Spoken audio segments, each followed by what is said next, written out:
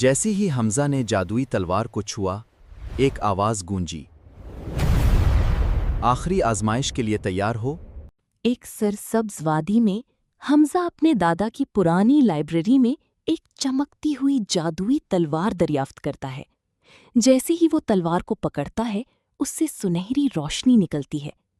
تلوار کہتی ہے، میں صرف بہادر نہیں بلکہ نیک دل انسان کا ساتھ دیتی ہوں، مگر میری آخری آزمائش ابھی باقی ہے۔ اچانک زمین ہلنے لگتی ہے اور ایک قدیم دروازہ کھل جاتا ہے۔ حمزہ اندر داخل ہوتا ہے، جہاں 3 راستے نظر آتے ہیں۔ پہلی راستے پر سونے کے ڈھیر پڑے ہوتے ہیں، دوسرے راستے پر ایک چمکتا ہوا تاج رکھا ہوتا ہے، تیسرے راستے پر ایک زخمی ننھا ہرن مدد کے لیے تڑپ رہا ہوتا ہے۔ تلوار خاموش رہتی ہے۔ اب فیصلہ صرف حمزہ کو کرنا تھا۔ حمزہ سونا اور تاج چھوڑ کر فوراً ہرن کے پاس جاتا ہے۔ وہ اپنے بیگ سے پٹی نکالتا ہے اور ہرن کے زخم پر باندھ دیتا ہے۔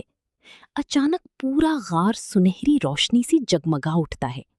جادوئی تلوار خوش ہو کر بولتی ہے، تم نے طاقت یا دولت نہیں بلکہ مہربانی کو چنا۔